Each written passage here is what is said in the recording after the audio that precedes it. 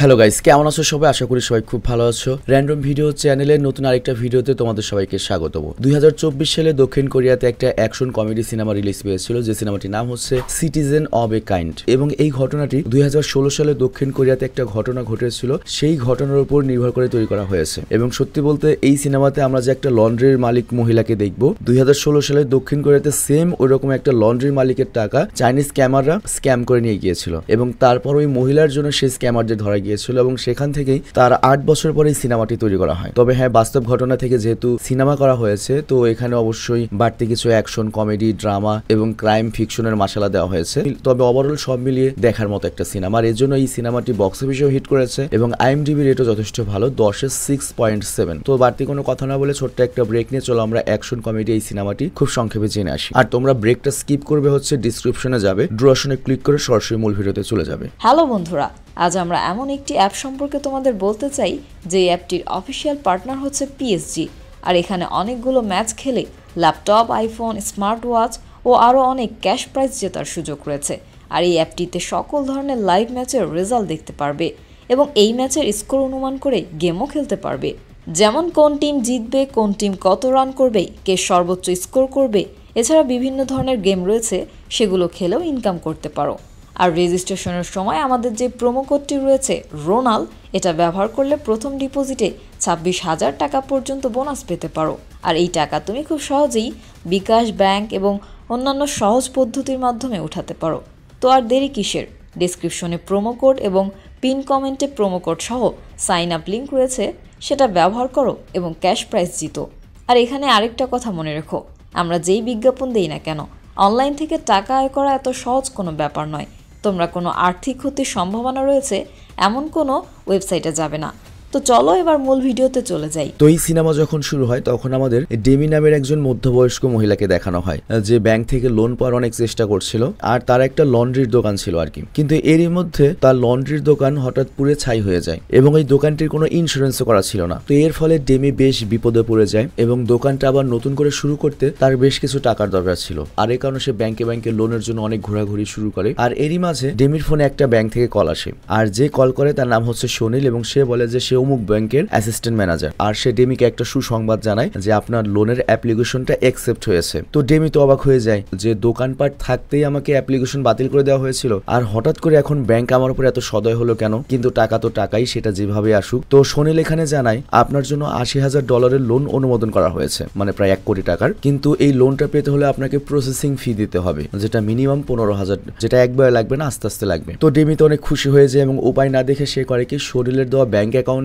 Processing fee এর টাকাটা পাঠিয়ে দেয়। মোটামুটি তাও $15,000, 20 লাখ টাকা পাঠিয়ে দেয়। তো টাকা পাঠানোর পরে সুনীলের মোবাইল নাম্বার বন্ধ পাওয়া যায় এবং আর কোনো উত্তর আসে না। তো এরপর ডেমি করে কি সরাসরি ব্যাংকে যায়, আর ব্যাংকে গিয়ে সে জানতে পারে যে ওই ব্যাংকে সুনীল নামের কোনো ব্যক্তি কাজই করে না, এবং ব্যাংক কখনো এভাবে গ্রাহকদের কাছ থেকে ঋণ নেওয়ার জন্য আগে টাকা চায় না। তো এর মানে ডেমি প্রতারিত হয়েছে, তার কাছ থেকে স্ক্যাম করা হয়েছে। তো এর মানে কি হলো, ডেমির দোকান তো গেলই, সাথে তার যে সঞ্চিত টাকাগুলো ছিল সেগুলোও চলে গেল। তো এর ফলে যেটা হয়, ডেমি একবারে রাস্তায় এসে দাঁড়ায়। মানে বুঝতেই পারছো, একটা মানুষ যখন অসহায় হয়, এই স্ক্যামাররা সেই সুযোগটাই তাদের নেয়। তো এখানে নিজের ভাগ্যকে দোষ দেওয়া ছাড়া ডেমির কাছে আর কিছুই করার ছিল না। তবে তারপরেও সে যায় হচ্ছে পুলিশের সাইবার ক্রাইম বিভাগে অভিযোগ জানাতে, আর এখানে ইন্সপেক্টর বেনি ওর সকল অভিযোগ গ্রহণ করে। কিন্তু বেনি যখন বিস্তারিত জানতে পারে যে ডেমির কাছ থেকে 2 কিস্তিতে মোট $15,000 বা $16,000 প্রতারণা করা হয়েছে, তখন সে খুব অবাক হয়ে যায়। এবং ওই পুলিশ অফিসার তখন ডেমিকে জিজ্ঞাসা করে, আচ্ছা প্রতারকরা যে আপনার কাছ থেকে 2 বার টাকা চাইলো, আপনার একবারও সন্দেহ হলো না? আপনি একটা শিক্ষিত মানুষ, এই দিনে এখন এরকম হয়? আপনি একবার ব্যাংকে গিয়ে তো যাচাই করতে পারতেন। এত সহজ সরল হয়ে লাভ কি, যে সহজ সরল মানুষকে পথে নামিয়ে দেয়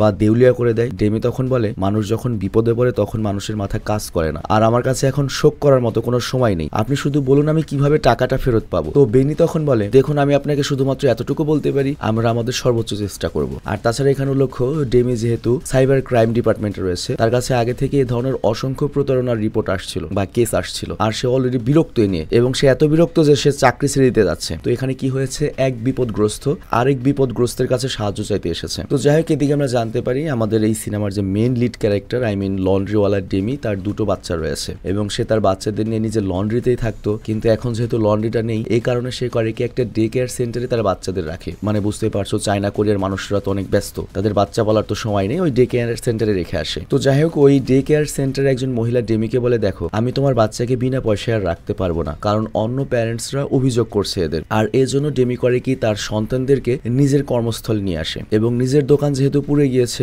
আর তার বর্তমান কর্মস্থলটা হচ্ছে তার নিজের দোকান পুড়ে যাওয়ার পরে বড় যে একটা লন্ড্রি কোম্পানিতে চাকরি নিয়েছে সেইখানে। তো যাই হোক, ভাগ্যক্রমে এখানে ওর সহকর্মীরা খুবই ভালো, ওকে খুবই ভালোবাসে, অনেক মনে করে যে আন্তরিক, এবং ওরা কাজের সময়ও ওর সন্তানদের দেখাশোনা করে। আর এদের মধ্যে একজন হচ্ছে চুংমিন, মানে একটু বুড়ো টাইপের, যেটাকে একটু দরজাল দরজাল লাগলো, মন থেকে সবচেয়ে ভালো। আরেকজন হচ্ছে একটু ইয়াং উজিন। আর এরপর আমরা চীনের কুইন্ডাও শহরের দৃশ্য দেখতে পাই, আর সেখানকার একটা কল সেন্টার থেকে এই প্রতারণামূলক কাজগুলো বা কলগুলো করা হয়। আর এখানে যেটা করা হয়, চাকরির লোভ দেখিয়ে যে দেশে স্ক্যাম করা হবে সেই দেশের পোলাপানদের ডেকে চায়নায় আনা হয় এবং তারপর তাদেরকে বন্দী করে কল করতে বাধ্য করা হয়। মানে মনে করো ওরা বাংলাদেশে স্ক্যাম করবে, তাহলে বাংলাদেশের জন্য ওরা বাঙালি কিছু ধরে নিয়ে যাবে, ভিয়েতনামের জন্য ভিয়েতনামিজ, ইন্ডিয়ার জন্য ইন্ডিয়ান, এরকম। কিন্তু ওদের যে ওখানে নিয়ে যাওয়া হয়, ওদেরকে একেবারে মনে করো জেলখানার মতো রাখা হয় এবং ওরা যদি ওখান থেকে পালাতে চায়, ওদের পরিবারদেরও ক্ষতি করার হুমকি দেওয়া হয়। এবং এখানে যে ছেলেদেরকে আনা হয় তারা সবাই কম্পিউটার বিশেষজ্ঞ হয় এবং কথাবার্তা অনেক স্মার্ট, এবং তারা তাদের অভিজ্ঞতা কাজে লাগিয়ে ব্যাংক থেকে অ্যাকাউন্ট হোল্ডারদের তথ্য বের করে এবং তাদের দুর্বলতাকে কাজে লাগিয়ে পরিকল্পিতভাবে প্রতারণা করে, এবং যাদের সাথে প্রতারণা করে তারা বুঝতেও পারে না যে তারা প্রতারিত হচ্ছে। আর এখানেই কাজ করে হচ্ছে সেই সুনীল, যে এখন এই কাজে পুরো এক্সপার্ট হয়ে গিয়েছে, প্রায় 1 বছর ধরে এখানে আটকা রয়েছে। আর যদিও এইভাবে মানুষ ঠকানো তার পছন্দ না, কারণ সে যদি কাজ ঠিক মতো না করে তাহলে ওদেরকে নির্মম ভাবে পেটানো হয়। তবে হ্যাঁ, কিছু বেতন দেওয়া হয় যেটা দিয়ে ওরা এখানে নেশা করতে পারে, টুকটাক জিনিস কিনতে পারে এবং বাড়িতে পাঠাতে পারে, তবে কখনোই এখান থেকে বেরোতে পারবে না। আর এক রাতে শরীর যখন এখান থেকে পালানোর চেষ্টা করে, তখনই সে পাশের ঘরে গিয়ে দেখতে পায় দুজন পালাতে গিয়ে ধরা পড়েছে। আর তখন একটা গুন্ডা ওদেরকে একজনকে বলে, তুই যদি পালিয়ে যেতিস তাহলে আমি কি করতাম জানিস, বোনের যে কাপড় ছাড়া ছবি রয়েছে সেটা সোশ্যাল মিডিয়াতে ছড়িয়ে দিতাম, তাহলে তোর বোন কাউকে মুখ দেখাতে পারতো না, পেট করে মরে যেত। তো এটা দেখে ওই ছেলেটা গালিগালাজ করে, কিন্তু তখন কল সেন্টারের যে নিষ্ঠুর বিগ বস ছিল সে করে কি ওকে অত্যাচার করে মেরেই ফেলে এবং আরেকজনের পা ভেঙে দেয়। আর এই ভয়ঙ্কর দৃশ্য দেখে সোনিল তো পুরো ভয় পেয়ে যায় এবং নিজের রুমে আবার ফিরে আসে এবং বুঝতে পারে এখান থেকে তার বের হওয়া কোনো দিনও সম্ভব নয়, এবং যদি বের হতে চায় তাহলে তাকে আলাদা কিছু করতে হবে। আর এইদিকে একদিন ডেমির কাছে পুলিশ অফিসার বেনির কল আসে, আর সে জানায় ডেমি যে অ্যাকাউন্টে টাকাগুলো পাঠিয়েছিল সেটা মূলত বিদেশের একটা ভুয়া অ্যাকাউন্ট, এবং টাকা উঠিয়ে সেই অ্যাকাউন্টটার সাথে সাথে বন্ধ করে দেওয়া হয়েছে। মানে ওটা একটা অনলাইন টেম্পোরারি অ্যাকাউন্ট ছিল, আর তাই অ্যাকাউন্ট হোল্ডারকে খুঁজে বের করা কোনোভাবেই সম্ভব নয়। মানে এই ধরনের স্ক্যামারদের কোনোভাবেই ট্র্যাক করা পসিবল নয়। ইভেন এটা বাস্তব, তোমার কাছ থেকে যদি কেউ বিকাশে 1 লাখ টাকাও নিয়ে যায় স্ক্যাম করে এই বাংলাদেশে, ওই বিকাশালাকে তুমি ধরতে পারবে না, পুলিশ তোমার কেসই নেবে না, বা নিলেও মনে করো ওই পর্যন্তই শোধ। মানে দক্ষিণ কোরিয়ার অবস্থা যদি এই হয় তাহলে আমাদের মতো উন্নয়নশীল দেশে আর কি হবে, বুঝতেই পারছো। তো যাই হোক, এরপর পুলিশ অফিসার বেনি ডেমিকে বলে, আমি আপনাকে একটা পরামর্শ দিতে পারি, সেটা হচ্ছে এই ঘটনাটাকে একটা শিক্ষা হিসেবে মনে রাখুন, ভবিষ্যতে আর এই ধরনের কাজ করবেন না। আর তাছাড়া এই কেসটা ক্লোজ করে দেওয়া হয়েছে। পুলিশ অফিসার বেনির এই কথা শুনে ডেমি তো হতবাক হয়ে যায়, কারণ মানুষ বিপদে পড়লে একমাত্র ভরসা তো পুলিশই, কিন্তু এখন পুলিশও তার কেস ক্লোজ করে দিয়েছে। তো এই কারণে টেনশনে সে বেনির সাথে মানে পুলিশ অফিসারের সাথে দেখা করতে বের হয়। বাট ঠিক তখনই সোনিলের ফোন আসে এবং সোনিলের কণ্ঠস্বর শুনে ডেমি তো রেগে যায় এবং ওকে গালিগালাজ পাড়তে শুরু করে এবং বলে, আমি গুন্ডাদের কাছ থেকে টাকা ধার নিয়ে তোকে টাকা দিয়েছিলাম আর তুই আমাকে ঠকালি। বাট সুনীল তখন বলে, প্লিজ একটু শান্ত হও, আমার কথা শোনো, আমি তোমার ইনফর্মার হতে চাই, তুমি আমাকে সাহায্য করো, বিনিময়ে আমি তোমাকে সাহায্য করব। তো ডেমি তো বুঝে উঠতে পারে না সুনীল কি বলছে, মনে করে সুনীল হয়তো আবার ওকে ফাঁসাতে চাইছে মিষ্টি কথা বলে। বাট সুনীল তখন বলে, দেখো আমি তোমাকে কি ফাঁসাবো, আমি নিজে এখানে ফেসে রয়েছি, আর আমি এখান থেকে পুলিশে কলও করতে পারবো না, শুধুমাত্র তোমার নাম্বারে এক্সেস দেওয়া রয়েছে, আমি তোমাকে কল করতে পারবো, বা যাদের যাদের এক্সেস দেওয়া থাকে আমি তাদের কল করতে পারি। তো যেহেতু তোমার সাথে আমি কথা বলতে পারছি, তুমি আমাকে এই হেল্পটা করতে পারো। তো ডেমি তখন জিজ্ঞাসা করে, তুমি আমার কাছেই সাহায্য চাইছো কেন? সুনীল তখন বলে, তোমার মাথা অনেক দ্রুত কাজ করে এবং তুমি যেটা মাথায় নাও সেটা তুমি করে ফেলো, তুমি চিন্তা ভাবনা করে সময় নষ্ট করো না, আর তুমি হচ্ছে আমার একমাত্র ক্লায়েন্ট যে কল দেওয়ার 2 দিনের মধ্যে টাকা জোগাড় করেছে, যেখানে অন্য ক্লায়েন্টদের কল করলে 1 সপ্তাহ লাগতো তাদেরকে স্ক্যাম করতে। আর আমি তোমাকে এই কালো ব্যবসার সঙ্গে যুক্ত সকল প্রমাণ দেবো, আর বিনিময়ে তুমি ওই প্রমাণ নিয়ে পুলিশের সাহায্যে এখান থেকে আমাকে বাঁচাও। আর এর ফলে যেটা হবে, তুমিও তোমার টাকা ফেরত পাবে, আমিও মুক্তি পাবো, এবং আমি আমার নিজের দেশ কোরিয়াতে ফিরে আসতে পারবো। মানে বুঝতেই পারছো, কোরিয়াতে স্ক্যাম করবে বলে ওদেরকে কোরিয়া থেকে তুলে নিয়ে যাওয়া হয়েছে। এবং বিশ্বাস করো, ইন্ডিয়ার প্রায় 400-500 পোলাপানকে এইভাবে মায়ানমারের একটা অফিসে আটকে রাখা হয়েছিল চাকরির কথা বলে। তো বিদেশের অফার টফার পেলে একটু হিসাব করে যেও, পরিচিত লোক ছাড়া কোনো অফার পেলে যেও না আর কি, তাহলে একবারে মারা খাবে। তো যাই হোক, সোনিলের কাছ থেকে এই সব তথ্য পাওয়ার পরে ডেমি করে কি বেনিকে কল করার চেষ্টা করে, কিন্তু বেনি ফোন ধরে না। আবার ওই মুহূর্তে সোনিল আবারও ডেমিকে কল করে এবং ওকে ইংরেজি একটা শব্দ দেয়, মানে কোড শব্দ, এবং ওকে বলে দেয় এটা তুমি কোরিয়ানে ট্রান্সলেট করো। তো এরপর ডেমি করে কি দৌড়ে পুলিশ স্টেশনে যায় এবং সেখানে গিয়ে সে দেখে যে বেনি ইতিমধ্যে অন্য একটা স্ক্যামের তদন্ত করে বের করতে পেরেছে, এজন্য এনজয় ব্যস্ত। তবে তারপর ডেমি ওকে বের করে আনে এবং বলে সুনীল আমার সাথে আবারও যোগাযোগ করেছে এবং সুনীল আমাকে ইংরেজি যে শব্দটা দিয়েছে এটা কোরিয়ান কিবোর্ডে টাইপ করলে চীনের কুইনডাউন শহরের নাম আসে।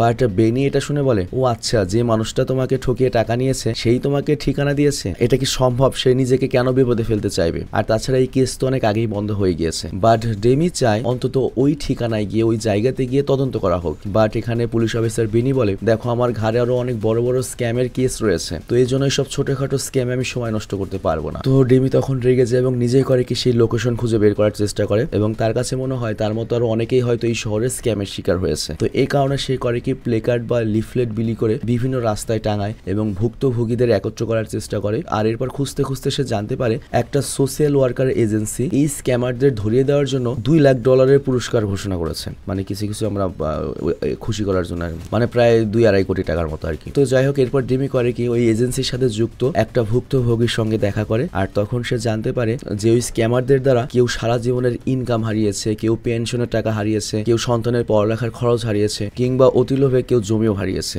আর এরপর একটা নিউজ প্রোগ্রাম থেকে জানা যায় যে এই স্ক্যামাররা নাকি ব্যাংক ডেটার মাধ্যমে তাদের টার্গেটকে খুঁজে বের করে এবং এদের কল সেন্টারগুলো বিদেশ থেকে অপারেট করা হয়, তবে তাদের মূল বস থাকে অন্য কেউ এবং ব্যাংক অ্যাকাউন্টগুলো বিভিন্ন দেশের অনলাইন টেম্পোরারি অ্যাকাউন্ট হয়ে থাকে এবং প্রত্যেক দেশের স্থানীয় পুলিশ এবং রাজনীতিবিদরাও তাদের সাথে যুক্ত, যে কারণে তাদেরকে ধরা প্রায় অসম্ভব। আর ওই সময়ই ডেমির কাছে সুনীলের কল আসে। তো ডেমি তখন ওকে জানায় পুলিশ তো এই তদন্তে রাজিই না, আমাকে হেল্পই করতে চায় না, তবে কল সেন্টারে যদি আরো বিস্তারিত তথ্য পাওয়া যায় তাহলে হয়তো পুলিশরা এটাকে বড় কেস মনে করবে এবং পদক্ষেপ নিতে পারে। বাট সুনীলের পক্ষে এটা করা তো সম্ভব নয়। কিন্তু তারপরেও ডেমি সুনীলকে প্রতিশ্রুতি দেয় তুমি যদি কিছু প্রমাণ পাঠাতে পারো আমি অবশ্যই বড় কিছু করার চেষ্টা করব, সেটা যেভাবেই হোক। এবং সে সুনীলকে পুলিশ অফিসার বেনির ফ্যাক্স নাম্বার দেয়। আর ঠিক তখনই দক্ষিণ কোরিয়ার চাইল্ড প্রোটেকশন কমিটি এসে ডেমির সন্তানদের নিয়ে যেতে আসে, কারণ ডেমি তার সন্তানদেরকে স্কুলে পাঠাচ্ছে না এবং বর্তমানে একটা লন্ড্রি কোম্পানিতে লন্ড্রি রুম এনে রেখেছে, যেটা দক্ষিণ কোরিয়ার শিশু আইনের পরিপন্থী। তো ওই কমিটির একজন মহিলা ডেমিকে বলে দেখো তোমার সবকিছু ঠিকঠাক না হওয়া পর্যন্ত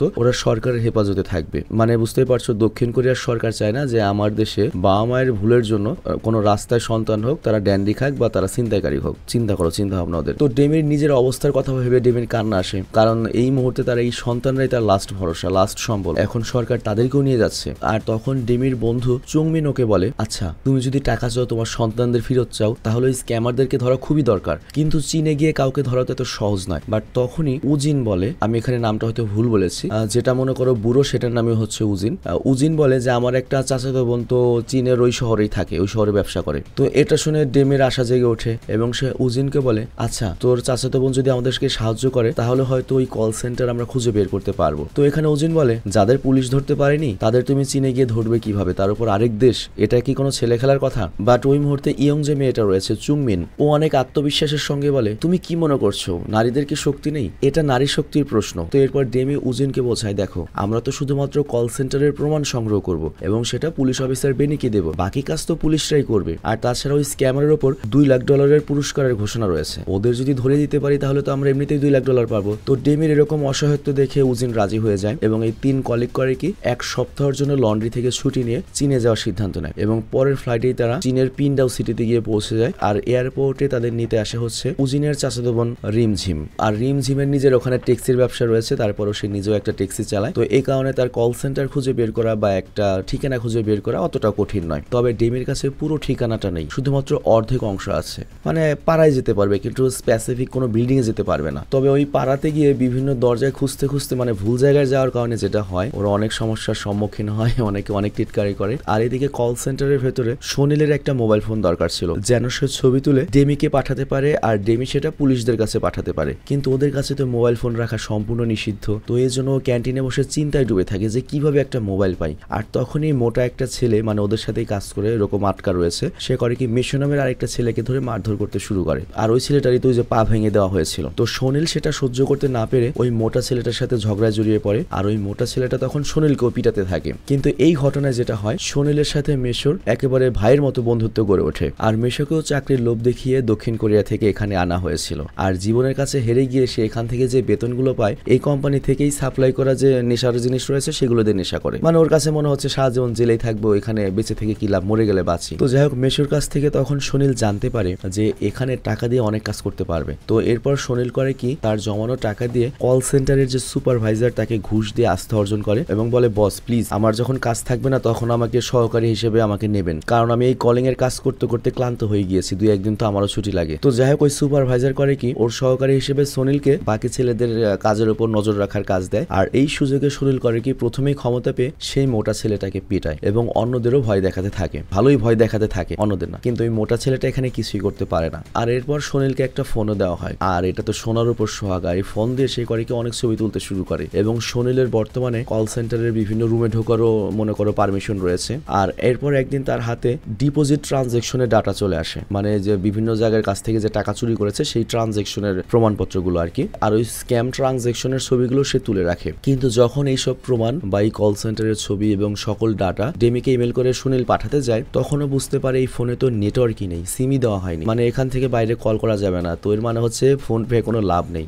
আর এইদিকে ওরা কল সেন্টারের ঠিকানা খুঁজতে খুঁজতে 4 জনই ক্লান্ত হয়ে পড়ে, তবে ডেমি হাল ছাড়ে না। কিন্তু এই যাত্রায় ওদের 4 দিন সময় নষ্ট হয়েছে। তো এখানে সবাই ভাবছে সুনীল হয়তো ডেমিকে বোকা বানিয়েছে, আর এ কারণে বাকি সবাই বুদ্ধি দেয় এখন কোরিয়াতে ফিরে যাওয়াই বুদ্ধিমানের কাজ হবে। কিন্তু ডেমি এখানে জেদ ধরে যে এত দূর থেকে এসেছি, আমি তো এখানে ঠিকানা খুঁজেই ছাড়বো কল সেন্টারের। আর এইদিকে কল সেন্টারের ম্যানেজার বিগ বসের বিরুদ্ধে বিদ্রোহের কথা চিন্তা করছে। তার বক্তব্য হচ্ছে যত কষ্ট করি আমরা, যত কাজ করি আমরা, আর সব টাকা বিগ বস নিয়ে যায়। আর ওইদিকে আমরা দেখি দূরে গাড়ির ভেতরে বসে বিগ বস কিন্তু হিডেন ক্যামেরার মাধ্যমে ওদের কথাবার্তা সব শুনছে এবং দেখছে। সে তার ম্যানকে বলে এখন সময় এসেছে এই কল সেন্টার এবং ওদের সবাইকে চিরতরে বন্ধ করে দেওয়ার। আর অন্যদিকে সুনীলকে নতুন ছেলেদের একটা দলকে এয়ারপোর্ট থেকে রিসিভ করার দায়িত্ব দেওয়া হয়। কিন্তু সুনীল যখন সেখানে যায় ওর নিজের কথা মনে পড়ে এবং ওই ছেলেদের দেখে ওর অনেক খারাপ লাগে। ওরা কত স্বপ্ন নিয়ে এখানে এসেছে, অথচ একটু পরেই ওরা নরকে আটকা পড়বে, কিন্তু ওর তো কিছুই করার নেই। তো যাই হোক এরপর কল সেন্টারে পৌঁছানোর সাথে সাথে ওই নতুন ছেলেদেরকে পেটানো হয় এবং একটা রুমে ওদেরকে আটকে রাখা হয়। আর ওই সুযোগে সুনীল করে কি কম্পিউটার রুমে কোনো রকমে ঢুকে যায় যেখানে ইন্টারনেটের অ্যাক্সেস ছিল। আর এ পর্যন্ত সে যতগুলো ছবি এবং যতগুলো তথ্য পেয়েছে সেগুলো পুলিশ অফিসার বেনেকে পাঠানোর জন্য ফ্যাক্স করতে চায়। বা ঠিক ওই মুহূর্তে এই রুমে মেশো আসে, মানে ওরই বন্ধু যে একটু হালকা নেশা করেছে। তো সোনি তখন ওকে চুপ থাকতে বলে এবং জানায় যে আমরা দুজন আমাদের পালানোর ব্যবস্থা করছি। তো যাই হোক এখানে ছবি আপলোড হতে সময় লাগছিল। আর এমন সময় ওদিকে একটা ছেলে সুপারভাইজারকে টাকা দিয়ে একটু কম্পিউটার ব্যবহারের অনুমতি চাইছিল। তো সুনীল তখন বুঝে যায় ওই ছেলে যদি একবার কম্পিউটার রুমে আসে তাহলে তো ধরা পড়ে যাবে। তো আল্লাহ করতে থাকে এবং মেশুর সাহায্য চায়। তো মেশো করে কি তখন বাইরে গিয়ে বুদ্ধিমত্তার সাথে ওই ছেলেটির সাথে ঝামেলা বাজায়। আর এতক্ষণে এদিকে ছবি আপলোড হয়ে যায় এবং ডেমির নামে ওই ছবিগুলো যখন দক্ষিণ কোরিয়ার সাইবার ক্রাইম বিভাগে যায়, দক্ষিণ কোরিয়ার সাইবার ক্রাইম বিভাগ তো হতভম্ব হয়ে যায় এবং তাতে কল সেন্টারের ছবি ছাড়াও বিদেশি ব্যাংক এবং এ পর্যন্ত যতগুলো স্ক্যাম হয়েছে দক্ষিণ কোরিয়া থেকে সবগুলো তথ্য ছিল। আর বেনির মাধ্যমে চিফ যখন এটা জানতে পারে যে এই তথ্যগুলো যে দিয়েছে সে হচ্ছে ডেমির সাথে যে প্রতারণা করেছিল, সে মানে ডেমিকে যে প্রতারণা করেছে সেই এই তথ্যগুলো দিয়েছে, তার মানে ওই ছেলেটাও বিপদে রয়েছে। তো পুলিশ এখন ডেমির খোঁজ করে। আর এইদিকে আমরা দেখি 5 দিন হয়ে যায় অথচ ডেমি এবং তার সঙ্গীরা কল সেন্টারে ঠিকানা খুঁজে পায় না। তো এই কারণে তারা হতাশ হয়ে পড়ে। আর এমন সময় ডেমির কাছে পুলিশ অফিসার বেনির কল আসে। আর যখন সে জানতে পারে যে ডেমি কল সেন্টার খুঁজতে চীনে এসেছে তখন সে তো একদম চমকে ওঠে যে এই মায়ের ডেডিকেশন কি। এবং ডেমি এখানে অনেক হতাশ ছিল, এই কথা অফিসার বেনিকে বলে। বাট অফিসার বেনি তখন ডেমিকে এমন একটা তথ্য বলে ডেমি তো একবারে খুশি হয়ে যায়, মানে সোনিল অনেক তথ্য পাঠিয়েছে কিন্তু ঠিকানা পাঠাতে পারেনি। তো এই কারণে তারা কোনো পদক্ষেপ নিতে পারছে না এবং ওরা মোট $17 মিলিয়ন স্ক্যাম করেছে, প্রায় 200-250 কোটি টাকার মতো, এবং প্রায় 5000-এরও বেশি মানুষ এই প্রতারণার শিকার হয়েছে। তো পুলিশ অফিসার বেনি তখন ডেমির কাছে দুঃখ প্রকাশ করে যে আমি তোমার বিষয়টা সিরিয়াসলি নেইনি, খুবই দুঃখিত, এবং এরই সাথে সোনিলের তোলা সকল ছবি পাঠিয়ে দেয়। তো যেহেতু দক্ষিণ কোরিয়ার পুলিশ এই মামলাটা সিরিয়াসলি নিয়েছে এ কারণে ডেমি এবং তার সঙ্গীদের মধ্যে উদ্দীপনা ফেরত আসে এবং সোনিলের পাঠানো ছবিগুলোর মধ্যে কল সেন্টারের সামনের বিল্ডিং এরও ছবি ছিল, যেটা সোনিল আর কি ওর বিল্ডিং এর ভেতর থেকে জানলা দিয়ে তুলেছে আর কি। আর ওই ছবি দেখে ডেমি করে কি বিল্ডিংটা খুঁজে পায় যেটা একটা ব্যস্ত মার্কেটের ভেতরে। তো ডেমি কনফার্ম হওয়ার জন্য সোনিলের সাথে ডাইরেক্ট দেখাই করতে চায়। আর এখানে লক্ষ্য সোনিল যখন ছবি পাঠিয়েছে তার নিজের ছবিও পাঠিয়েছিল। তো ওই ছবি দেখে ডেমি সোনিলকে চিনে ফেলে এবং অফিসার বেনিকে কল সেন্টারের ঠিকানাও পাঠিয়ে দেয়। আর এইদিকে ডেমির লক্ষ্য হচ্ছে যে কোনোভাবে এখন সোনিলের সাথে দেখা করা বা যোগাযোগ করা। আর এ কারণে কল সেন্টারের নিচে অনেকগুলো সেলাইয়ের মেশিনের দোকান ছিল। তো ডেমিও করে কি ওখানে একটা দোকান নিয়ে নেয় এবং একটা সাইনবোর্ড ঝুলিয়ে দেয় যেখানে সোনিলের দেওয়া সেই কোড নাম্বারটা লেখা ছিল। তো পরদিন সোনিল যখন বেরিয়ে আসে, আর এখানে লক্ষ্য সোনিলরা বেরোতে পারলেও খুব বেশি দূর যেতে পারে না, আশেপাশে গার্ড রয়েছে, তার উপর আবার ওদের কাছে তো পাসপোর্ট নেই, আর পুরো এলাকাটাই মনে করো ওই মাফিয়াদের নিয়ন্ত্রণে। তো সোনিল যখন বেরোয় তখন ডেমি করে কি বোর্ড দেখিয়ে ওকে চেনানোর চেষ্টা করে এবং সোনিলও বোর্ডে লেখা শব্দ দেখে সঙ্গে সঙ্গে ডেমিকে চিনে ফেলে। আর এইদিকে কোরিয়াতে অফিসার বেনি চীনে যাওয়ার অনুমতি নেয়। আর অন্যদিকে আমরা দেখি সোনিল কাপড় ঠিক করবে এই নাম করে ডেমির দোকানে আসে, কিন্তু তখন ওর সাথে কল সেন্টারের একটা গুন্ডা ছিল আর কি, মনে করো বডিগার্ড হিসেবে যাতে ও পালিয়ে না যায়। আর তখন ডেমির যে বান্ধবী বা কলিগ উজিন সে করে কি কফি খাওয়ানোর অজুহাতে ওই গুন্ডাকে দূরে নিয়ে যায়। আর এই ফাঁকে ডেমি করে কি সোনিলকে নিজের মোবাইল দিয়ে দেয় যাতে ওরা যোগাযোগ করতে পারে, মানে ডেমির মোবাইলে তো নেটওয়ার্ক সিম টিম আছে। তো